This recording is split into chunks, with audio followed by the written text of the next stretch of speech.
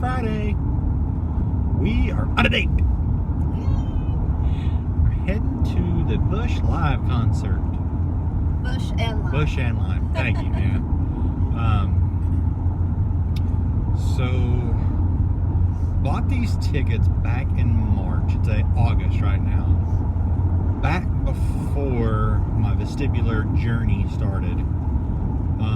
Bush is like one of her favorite bands. We've seen them live once back last year at Universal Studios. A year or two ago. Yeah. So this is our first time we actually seeing them at a real, I'll say real concert, real venue. So kind of excited about that. But this will also be my first concert with all the vestibular stuff going on, so I'm kind of nervous. I'm personally nervous about that. Yeah, not sure how long we're going to be there. Yeah. I've already given him permission to say I've had enough. But I've got my earplugs, my sunglasses, got my cane and my bag all with me. So should be okay. It's a amphitheater venue, so the temperature, and it's raining. We've got covered seats, and it's 78 degrees. so the temperature shouldn't be terrible.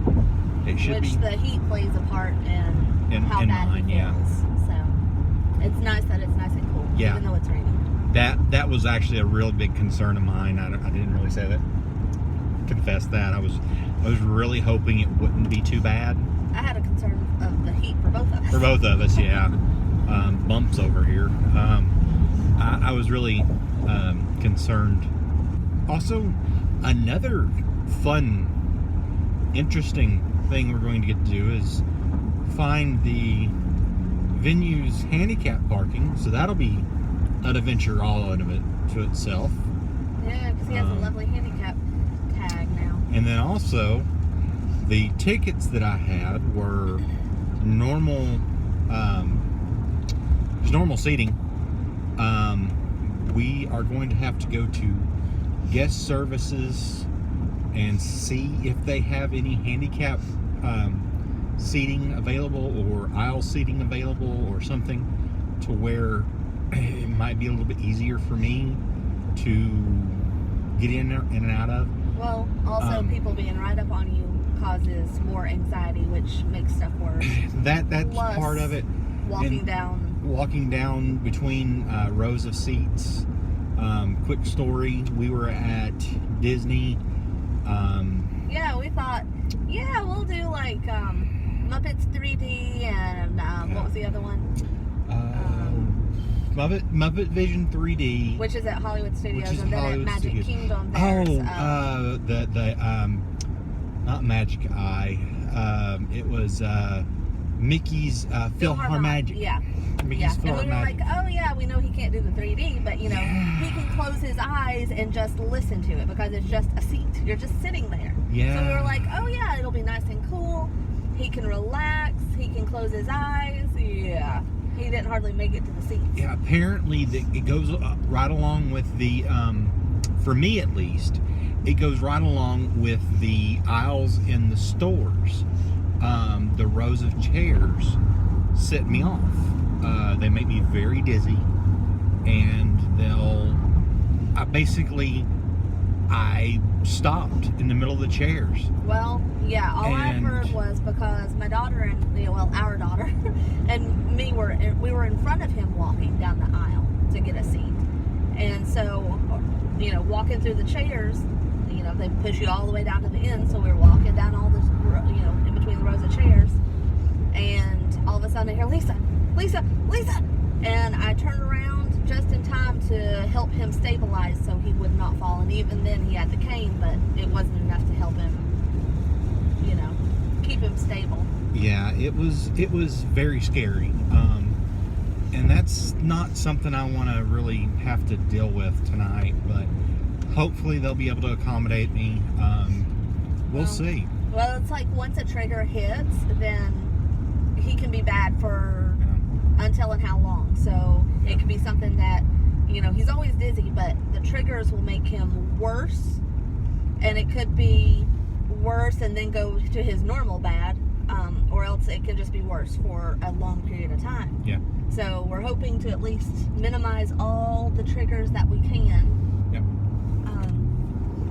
Yeah, I mean, so I can see Gavin. So she can see Gavin.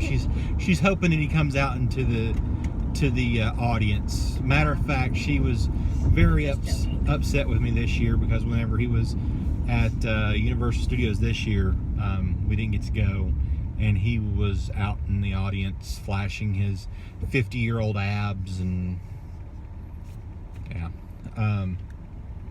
Anyway. No, but I did have a huge crush on him in high school. She still does. But yeah, so the triggers are just so crazy. If y'all have dealt with any of these vestibular stuff and y'all have any of the triggers, put them down in the comments. I want to hear about yeah, them. Yeah, put them in the comments, and also if you have any tips or tricks to dealing with those triggers. Absolutely. Yeah, we want to hear, and we're going to share some of Chris's coping mechanisms or whatever, things that he's found, or just neat things that you find that if you use a cane and you're you found a cane that you really like we found one that's his, and we'll show you guys later, but it works well enough, and it's cheap. It's cheap, but it also compacts into a bag about this size, and I'm gonna get my hands back on the wheel. Yeah, please do. But it's so that way if he needs to put it into a bag and doesn't want to hold it while he's sitting for a long period, he can do that, and and it's there for him as soon as he needs it. Goes together super quick. Yeah. Hopefully here in the next couple of days. I know, like I said the other day, we're still new at this stuff. We're going to get better, I hope. And I really want to sit down and do a full video of the full story. I mean, that's definitely one of the things I want to do. My full story. I shouldn't say mine, because it really is the family's full story, because it really is our story with our journey. It really does, with all this that's going on, and I'm sure that you guys, if you experience this stuff as well, it does affect the whole family. Things that you used to normally do together, you can't, or you have to modify it. You have to modify it, or take it in small increments, and have backup plans of, if we're in the middle of something and we can't necessarily just leave right then, where is he going? What is he going to do that's going to help him get to kind of a safe zone? Yeah, and so that's it. Really, the theory behind all of this, but we'll get into all that later. We are almost to the place now.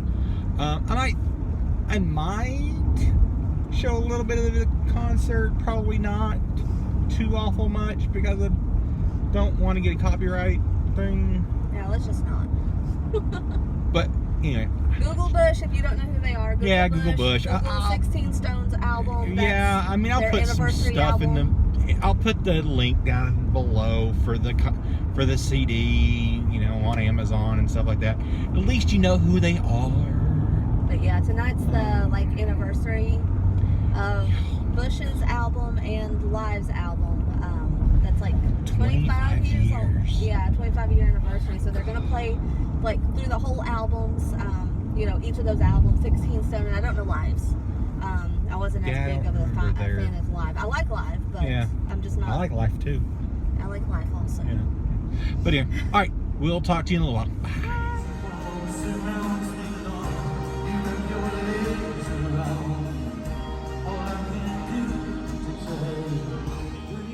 So the main reason why I'm showing you this, or these few clips, is to kind of show you what I was experiencing during the concert. I enjoyed the concert for the most part. I mean, it was just the bright lights at night were absolutely killing me. I mean, as you can see, the flashing lights were really the primary part that was just knocking me on my butt. For the most part, I had to bury my head, keep my eyes closed, and just really, it was more the audible experience that I enjoyed mostly.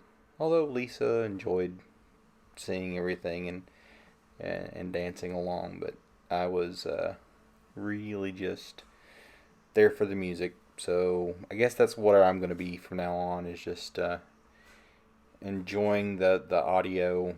So it won't prove for me to really go to concerts anymore. So yeah.